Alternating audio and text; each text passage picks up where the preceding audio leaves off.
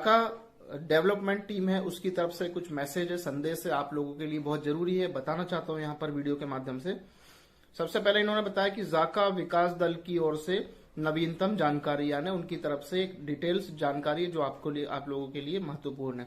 जाका token test net प्रक्रिया पर वर्तमान में क्रिप्टो भाषा को समझना, यानी जो मेन नेट प्रोसेस है, टेस्ट नेट है, इसको समझना। मेन नेट जो है, मेन नेट पूर्ण विकसित क्रिप्टो अनुप्रयोग है। यह एक क्रिप्टो परियोजना का पूरी तरह से परिचालन कार्यान्वयन है। यह वही है जिसके साथ उपयोगकर्ता बातचीत करेंगे। तो जो पूरा इसका जो कि मेननेट का जो वर्किंग हो रहा है, जो भी उपयोगकर्ता यानी हम सब लोग इसमें जो है सम्मिलित होंगे आने वाले समय में, तो इसका पूरा एक ये जो परियोजना का पूरी तरह से परिचालन और कार्यान्वयन है। मतलब कि इसके अंदर अभी जो भी काम चल रहा है टेक्निकली, वो सारी चीजें यहाँ पर हो रही है। Test net, mainnet test net होता है। मेननेट का मैंने आपको बता दिया। टेस्ट नेट क्या होता है? जो मेन नेट होता है वो जिसमें हम सब शामिल है, यानी जो हम लोग यूज करने वाले, ठीक है। और टेस्ट नेट क्या होता है? टेस्ट नेट मैनेजमेंट एक संस्करण है जो अभी पूर्ण उत्पादन में नहीं है, यानी कि ये एक संस्करण है, ये एक अभी शुरुआती दौर है और जो अभी पूर्ण उत्पादन में नहीं है, यानी पूरी तरह से वर्किंग में नहीं है। इसका उपयोग परीक्षण के लिए किया जाता है। यानी जो टेस्ट नेट होता है, इसके नाम से आपको समझ में आ रहा होगा टेस्ट, तो ये परीक्षण के लिए इसका उपयोग जो है परीक्षण के लिए किया जाता है, इसका सर्वे किया जाता है और आमतौर पर सार्वजनिक होता है ताकि उपयोगकर्ता अंदर जा सके और प्रयोग कर सके। टेस्ट नेट पर कोई मूल्य खर्च नहीं होता है। बिना किसी वास्तविक मूल्य के परीक्षण के उद्देश्य से पूरी तरह से उत्पन्न धन का परीक्षण करना, यानी सभी के लिए एक प्रकार से ये ओपन होता है कि इसमें दिया है कि सार्वजनिक होता है, यानी सभी के लिए ओपन होता है ताकि जो यूज करने वाला व्यक्ति वो उसके अंदर जाके अंदर के फीचर फंक्शन देख सके, समझ सके। जैसे कि आपने देखा होगा पाई नेटवर्क है, उसका भी अपना जो मेन नेट है वो लॉन्च हो चुका है, उसके अंदर भी लोग जाके देख रहे हैं, सारी चीजें अपना साइन अप करके देख रहे हैं। तो यही प्रक्रिया इस जाका टोकन के साथ दोस्तों यहाँ पर है। फिर इन्होंने कहा है नोट में, इन्होंने बताया कि अधिक जानकारी और विवरण जाका टीम की ओर से आने वाले न्यूज़लेटर्स में जारी किए जाएंगे। यानी पूरी डेवलपमेंट टीम इस पे लगी है, फुल फोकस के साथ काम कर रही है और इसका आने वाले समय में न्यूज़लेटर में पूरी डिटेल और जानकारी मिलेगी। यानी कि जो मैनेजमेंट टेस्टनेट का है, उन्होंने ये पूरा एक न्यूज़लेटर छोटा सा आप लोगों के लिए जारी किया, डिटेल बताई है। तो ये इस तरीके से है जो कि अभी मैंने बताया। अब एक अच्छी खुशखबरी की बात है जो कि मैं आपको बताता हूँ। खुशखबरी की बात दोस्तों ये है कि बहुत सी अफवाहें, ठीक है, काफी समय से क्रिप्टो को लेकर थी, बंद हो जाएगा, बंद कर देंगे, नुकसान हो जाएगा, गरीब हो जाओगे, ये हो जाएगा, वो हो जाएगा, वाट लग जाएगी, फलाना हो जाएगा, ढिमका हो जाएगा, गवर्नमेंट ने बैन कर दिया है। दोस्तों गवर्नमेंट को भी समझ में आ गया है ये टेक्नोलॉजी क्या है, डिजिटल करेंसी कह लीजिए, क्रिप्टो करेंसीज कह लीजिए, ये क्या है गवर्नमेंट को समझ में आ चुका है, ठीक है। और वो समय के साथ आगे बढ़ना भी चाह रहे हैं। अब कम से कम 15 से 20 करोड़ या इससे ज्यादा कह लीजिए इंडिया के लोग ऐसे हैं जो जिन्होंने करेंसीज में इन्वेस्टमेंट कर रखा है। ये एक बहुत बड़ा आंकड़ा है जो कि आरबीआई कह लीजिए या कहीं से जो अपना कहीं ऐसी न्यूज जहां से कि ये पूरा डाटा कलेक्शन होता है, तो कई करोड़ों, मतलब 15 करोड़ से ऊपर, कई मतलब ऐसे लोग जो इन्वेस्टमेंट करते हैं, इन्वेस्टर करते हैं सारी चीजें। तो बहुत बड़ा क्रिप्टो करेंसी का क्रेज है, गवर्नमेंट को सब समझ में आ गया है, इसलिए जो अटकलें चल रही थी वो क्लियर हो गई है। और मैं अभी आपको यहाँ पर थोड़ा सा क्रिप्टो करेंसी की कुछ खास बात और जो अभी जो यहाँ पर जो बिल पास हुआ है इसके लिए क्या है, मैं आपको थोड़ा सा शॉर्ट में आसान तरीके से समझाना चाहूंगा कि एक आम आदमी को आसान तरीके से समझ में आ जाए। पहले तो मैं बता दूं, जा लाइफ स्टाइल जो है आपको हमेशा कहती है हमारी शुभकामनाएं आपके साथ, सकारात्मक रहे।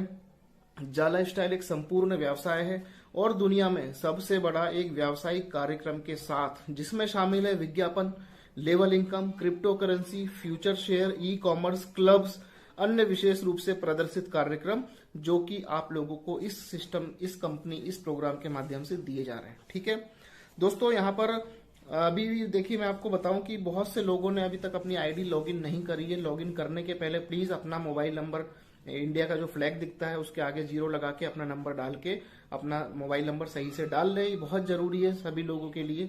काफी लोग अब जाग जाग के इस प्रक्रिया को, प्रोसेस को कर रहे हैं। देखिए जिन लोगों ने कर लिया है उनको ये ऑप्शन दोबारा नहीं आएगा, लेकिन जिन लोगों ने अभी तक आईडी खोली ही नहीं है उनके लिए ऑप्शन आएगा। तो प्लीज प्लीज प्लीज अपने अपने मोबाइल नंबर डाल दें, मैं रिक्वेस्ट कर रहा हूं। और यदि आप वो मोबाइल नंबर भूल गए हैं कि कौन सा आपने उसके अंदर डाला है, तो ऊपर यदि आप कोई, जब आप लॉगिन करते हैं आपसे नंबर डालने के लिए कहा जाता है, तो आपके पास यदि 2 नंबर थे तो आप अपना एक पुराना नंबर या नया नंबर, आपको पता नहीं कि आपने कौन सा उसमें डाला हुआ है अंदर पर्सनल प्रोफाइल में, तो बाहर जो भी नंबर डालेंगे उसको ही अंदर जाके एडिट कर दीजिए, +91 के साथ पर्सनल डिटेल में होना चाहिए। ठीक है, चलिए आगे बढ़ते हैं दोस्तों। यहाँ पर जो गूगल पे जो है, आपने नाम सुना है, ठीक है।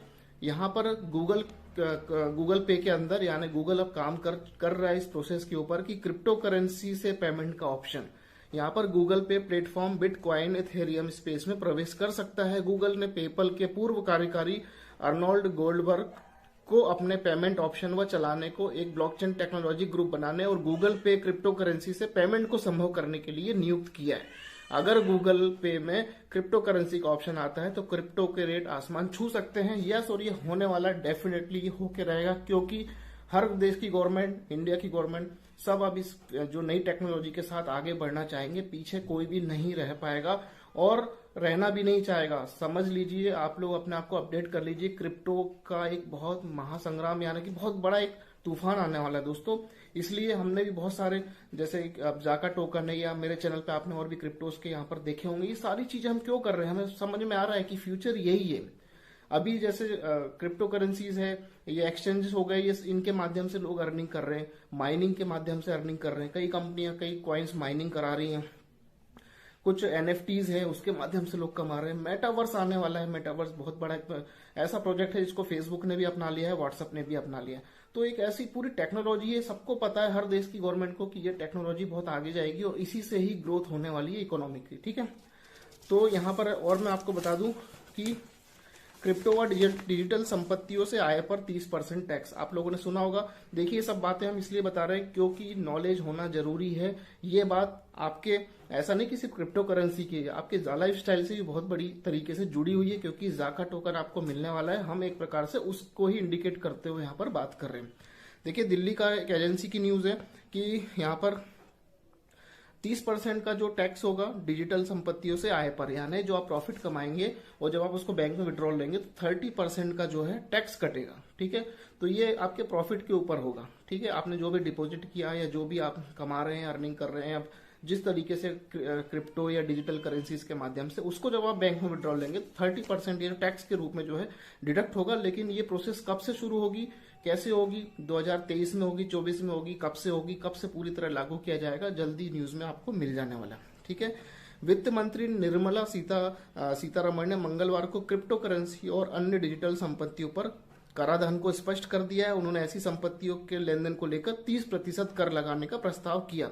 सही है दोस्तों। यदि देखिए, क्रिप्टो करेंसीज में अब कई लोग नेगेटिव बातें कर रहे हैं कि ये देखो 30% मांग रहे हैं, ऐसा नहीं है यार। आप जब उस क्रिप्टो करेंसी से कमाएंगे तो 30% आपको देने में दुखेगा भी नहीं, आपका मन में भी नहीं लगेगा कि यार मैंने 30% दिया, क्योंकि इनमें इतना ज्यादा बेनिफिट्स है क्रिप्टो करेंसीज में। आप लगाते थोड़ा है, लेकिन आने वाले समय में आपको कई गुना वो बढ़ जाता है। तो 30% टैक्स देने में किसी को कोई बुराई नहीं है, यहाँ कोई नेगेटिव वाली बात ही नहीं, क्योंकि गवर्नमेंट को भी टैक्स जाएगा, गवर्नमेंट की स्थिति भी यहाँ से और ज्यादा जो है मजबूती बनने में सहायक होगी। ठीक है, फिर यहाँ पर जो साथ ही ऐसी संपत्तियों को कर के दायरे में लाने के लिए वित्त मंत्री ने इस संपत्ति की श्रेणी में एक सीमा से अधिक के लेन देन पर 1% TDS भी कटेगा। यहाँ पर जो है TDS की बारी भी है, तो 1% TDS भी कटेगा। जो TDS लगाने का भी प्रस्ताव किया। विशेषज्ञों ने कहा कि क्रिप्टो करेंसी की बिक्री से प्राप्त आय पर 30% कर लगाना लॉटरी गेम शो से जीती गई राशि पर लगाए जाने वाले कर की दर के बराबर है। ठीक है, तो ये इतना ज्यादा किसी को फील नहीं होगा। TDS भी कटेगा आपका और टैक्स भी है जो कटेगा ही कटेगा। ठीक है, और हमारे इंडिया में अगले वर्ष आएगा डिजिटल रुपया। ये भी न्यूज है। क्रिप्टो या डिजिटल मुद्राओं को लेकर दुनिया भर में दीवानगी है और भारत भी 1 अप्रैल से शुरू होने वाले अगले वित्त वर्ष में इसका देसी संस्करण पेश किया जाएगा, जो भौतिक रूप से प्रचलित मुद्रा के डिजिटल रूप को प्रतिबिंबित करेगा। वित्त मंत्री द्वारा मंगलवार को संसद में पेश आम बजट के मुताबिक डिजिटल रुपया नामक यह मुद्रा रिजर्व बैंक द्वारा डिजिटल रूप में जारी किया जाएगा और इसे भौतिक मुद्रा के साथ बदला जा सकेगा। वित्त मंत्री ने बजट भाषण में कहा कि CBDC की शुरुआत से डिजिटल अर्थव्यवस्था को बढ़ावा मिलेगा। डिजिटल करेंसी से एक अधिक दक्ष तथा सशक्त करेंसी प्रबंधन व्यवस्था वजूद में आएगी। डिजिटल करेंसी ब्लॉकचेन तथा अन्य प्रौद्योगिकियों का उपयोग करेगी, यानी कि इंडियन गवर्नमेंट भी अपना डिजिटल रुपया नामक से ये जो मुद्रा है इसका निर्माण करने वाले हैं। अब आप समझ सकते हैं कि कितना बड़ा यहाँ पर जो है आगाज हो चुका है और एक बात बता दूं, जितने भी लोग जो मेरे व्यूवर्स हैं, आप चाहे इंडिया के हैं चाहे इंडिया के बाहर के हैं, यदि आप अच्छे एक बेस्ट बड़े प्लेटफॉर्म के साथ क्रिप्टो करेंसी से जुड़े हुए हैं, या कोई आपने जो उसमें कोई ट्रेडिंग करते हैं या आपने कुछ इन्वेस्टमेंट के लिए लगा रखा है और वो कंपनियां बहुत सही सटीक तरीके से बढ़िया लीगल और अच्छे तरीके से काम कर रही हैं, तो प्लीज बिल्कुल भी इनको इग्नोर या हल्के में मत लीजिए। जो भी आप क्रिप्टो करेंसी से रिलेटेड वर्क कर रहे हैं उनको करिए। इंडिया में ये चीज लीगल हो चुकी है, कहीं से भी इसके लिए कोई ये बात नहीं है कि ये इलीगल है। कई लोग बोलते हैं ये इलीगल है, गलत है। नहीं, ये टेक्नोलॉजी है दोस्तों, ये आगे बढ़ा के ले जाने वाली है, दुनिया को, पूरे वर्ल्ड को आगे बढ़ा के ले जाएगी, हमको और आपको आगे बढ़ा के ले जाने वाली है। लाइफ स्टाइल के माध्यम से जो लोग जुड़े हैं, जिनको टोकन के बारे में, कॉइन के बारे में पता चल रहा है, उनको आगे बढ़ा के ले जाने वाली। तो गलत नहीं है, लीगल हो चुकी है और बहुत ही अच्छे तरीके से आने वाले समय में इसका बेनिफिट मिलेगा। जो व्यक्ति समझ गया वो फ्यूचर के साथ बढ़ पाएगा, जो नहीं समझेगा वो वही पुरानी सिचुएशन में रह जाएगा। जैसे आज भी बहुत से पुराने लोग बैंक में जाके लाइन लगाते हैं पैसा निकालने के लिए भी और जमा करने के लिए भी, लेकिन टेक्नोलॉजी इतनी आ गई कि आपके मोबाइल से आप घर बैठे सब कुछ कर सकते हैं। समझ रहे होंगे आप मेरे कहने का मतलब।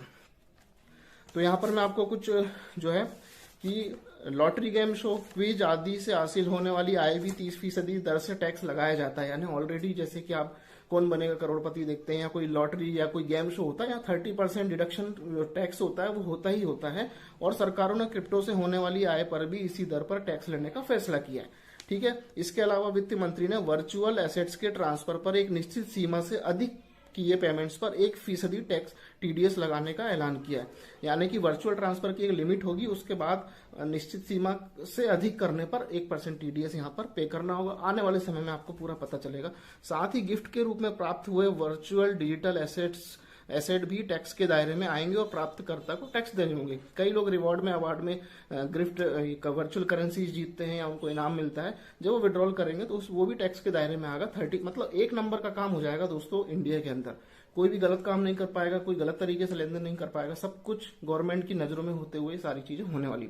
वित्त मंत्री ने कहा कि जो एक्विजिशन की लागत के अलावा वर्चुअल एसेट पर खर्च होने वाली किसी भी तरह के रकम पर कोई डिडक्शन नहीं मिलेगा, ना ही इसे किसी दूसरे आय में हुए नुकसान के मुकाबले भरपाई के रूप में दिखाया जा सकता। कोई भी इस इनकम को किसी भी कोई नुकसान हुआ उसके भरपाई के रूप में नहीं दिखा सकता। ये इसकी खास बात है। विशेषज्ञ ने बताया, सरकार ने वर्चुअल एसेट्स पर टैक्स लगाकर क्रिप्टो करेंसी के लिए देश में एक तरह से राह साफ कर दी है। साथ ही यह कानूनी मान्यता देने का भी इशारा है। इससे क्रिप्टो इंडस्ट्री में निवेशकों और एक्सचेंजों का सेंटीमेंट मजबूत होगा। हालांकि सरकार ने अभी जो टैक्स प्रस्ताव रखा है वह थोड़ा कड़ा है। ठीक है। यह बताता है कि सरकार अभी भी इसे मोटे तौर पर सट्टेबाजी से होने वाली आय के तौर पर देख रही है। उम्मीद है कि आने वाले समय में इसमें धीरे धीरे बदलाव आएंगे। यार गवर्नमेंट को समझ में आ गया, उन्हें पता है कि पूरी दुनिया इसके पीछे भाग रही, तो हम क्यों पीछे रहे। आने वाले समय में दोस्तों बहुत बड़ी तवज्जो मिलने वाली इस कॉन्सेप्ट को। बस बने रहिए, बरकरार रहिए। कॉइन DCX हो गया, WazirX हो गया, बाइनांस हो गया, या जो भी इस तरह के एक्सचेंजर है, वॉलेट्स हैं जो कि इंडिया में ज्यादातर लोग यूज करते हैं, सभी की बल्ले बल्ले होगी। सभी लोग अपने अपना इन्वेस्टमेंट जहां भी करना चाहते हैं या अपने तरीके से लेन देन करना चाहते हैं या किसी वॉलेट में रख के वहां से परसेंटेज रिटर्न लेना चाहते हैं। एवरीथिंग इज लीगल, सब बढ़िया है, कोई टेंशन यहाँ पर नहीं है दोस्तों। और यहाँ पर मैं आपको बता दूं कि क्रिप्टो इंडस्ट्री की जानकारी के मुताबिक देश में करीब 1.5 से 2 करोड़ क्रिप्टो इन्वेस्टर्स होने का अनुमान है। अभी मैंने 15 करोड़ बताया था, शायद बाय मिस्टेक था। ये 1.5 से 2 करोड़ इन्वेस्टर्स होने का अनुमान है, जिनकी कुल क्रिप्टो होल्डिंग करीब 40 करोड़ रुपए यानी 5.37 अरब डॉलर है। ठीक है। बता दें, भारतीय क्रिप्टो इंडस्ट्री के आकार को लेकर आई आधिकारिक डेटा अभी उपलब्ध नहीं है। आइए जानते हैं क्रिप्टो करेंसी पर लगाए गए टैक्स का निवेशकों पर क्या असर पड़ेगा। यहाँ पर फिर इन्होंने बताया कि वित्त मंत्री ने अपने बजट में कहा, वर्चुअल डिजिट एसेट से जुड़े ट्रांजैक्शन में असाधारण बढ़ोतरी हुई है। ऐसे में यह आवश्यक होगा कि स्पेशल टैक्स सिस्टम को लागू किया जाएगा। यानी इंडिया से बहुत से लोग इन चीजों में इन्वेस्ट कर रहे हैं, लेन देन कर रहे हैं, तो यहाँ पर ये चीज इनके नजरों में आ रही है कि यहाँ से ट्रांजेक्शन बहुत ज्यादा हो गए, इसलिए स्पेशल टैक्स सिस्टम को लागू किया जाएगा। यानी टैक्स की बात जो अभी हमने बताई, इसी को ध्यान में रखते हुए प्रस्ताव करती जो उन्होंने प्रस्तावित किया है कि किसी भी वर्चुअल डिजिटल एसेट्स के ट्रांसफर से होने वाली आय पर 30% टैक्स यहाँ पर देना होगा, जैसा कि अभी हमने आपको बताया। तो और यहाँ पर देखिए अटकलें भी लगाई जा रही थी कुछ समय पहले कि अटकलें जो थी, क्या कहा जा रहा था कि सरकार क्रिप्टो करेंसी पर बैन लगा सकती है। ठीक है, पर नहीं हुआ। ठीक है। वित्त मंत्री निर्मला सीतारमण ने अपने बजट भाषण में कहा कि किसी भी वर्चुअल डिजिटल एसेट के ट्रांसफर होने से होने वाली आय पर 30% टैक्स हम पे लेंगे, लेकिन उसको ना तो हम बंद करेंगे ना बैन करेंगे, इसको रेगुलेट किया जाएगा। यस दोस्तों, बहुत अच्छी गुड न्यूज, और ये सारे न्यूज बताने का इस वीडियो में जालाइफ के में ये मतलब है कि आपका जो जाका टोकन है वो बिल्कुल सही लीगल आप लोगों के लिए साबित होने वाला है, और जल्दी इस पे बहुत सारी चीजें आने वाली है। तो ये सारी चीजों बताने का मतलब है ना, कई लोग सोच रहे होंगे कि यार ये तो जालाइफ से रिलेटेड नहीं है, लेकिन नहीं, ये जालाइफ जाका टोकन से रिलेटेड है, ताकि आपको पता चले। कई लोग एक दूसरे को बोलते हैं ये बकवास है, ये जाका टोकन कुछ नहीं है, इन्होंने अपने ऐसी वेबसाइट बना दी है, फर्जी है, फालतू है, इलीगल है, इसका कोई काम नहीं, गवर्नमेंट ने बैन कर दिया, ये कर दिया। ये उन लोगों के लिए जानकारी के लिए ये डिटेल हमने यहाँ पर कलेक्ट किया, आप लोगों को बताया।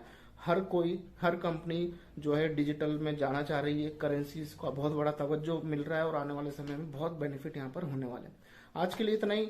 जाका टोकन से नया जैसी अपडेट आता है आपको जल्दी मिलेगा। धन्यवाद, नमस्कार।